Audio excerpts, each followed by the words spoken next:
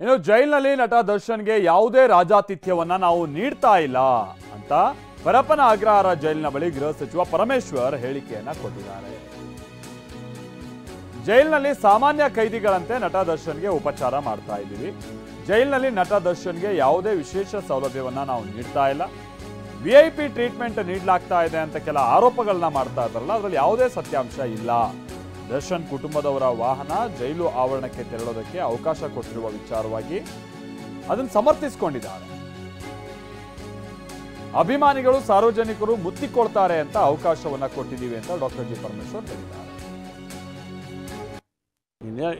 ಕಾರಣ ಇಷ್ಟೇ, ಹೆಚ್ಚು ಜನ ಬಂದು ಅವರ ತೊಂದರೆ ಮಾಡ್ಬೋದು ಅನ್ನೋ ಕಾರಣಕ್ಕಾಗಿ ಅವರು ಈಗ ನೀವು ಗೊತ್ತಿದೆ ಸೆಲೆಬ್ರಿಟಿಗಳನ್ನ ಜನ ಎಷ್ಟು ಮುತ್ಕೊಳ್ತಾರೆ ಅಂತ ಒಂದು ಹಂತದವರೆಗೂ ಸೇಫ್ಟಿ ದೃಷ್ಟಿಯಿಂದ ಸೆಕ್ಯೂರಿಟಿ ದೃಷ್ಟಿಯಿಂದ ಮಾಡಿರ್ಬೋದು. ಆದರೆ ಪ್ರಯಾರಿಟಿ ಕೊಡೋದಿಲ್ಲ ಮತ್ತು ಊಟ ಉಪಚಾರದಲ್ಲೂ ಕೂಡ ಯಾವುದೇ ರೀತಿ ಪ್ರಯಾರಿಟಿ ಕೊಡೋದಿಲ್ಲ.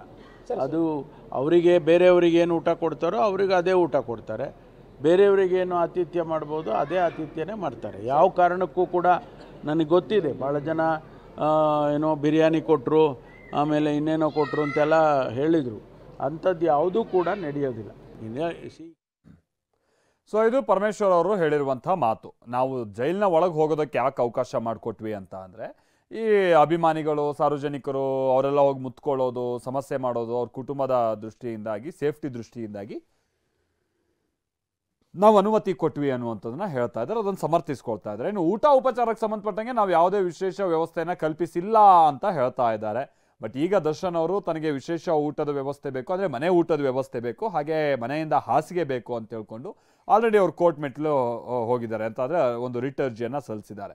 ಬಟ್ ವಾಲಂಟಿಯರಾಗಿ ನಾವು ಕೊಡ್ತಿಲ್ಲ ಅಂತ ಡಾಕ್ಟರ್ ಜಿ ಪರಮೇಶ್ವರ್ ಹೇಳ್ತಿದ್ದಾರೆ.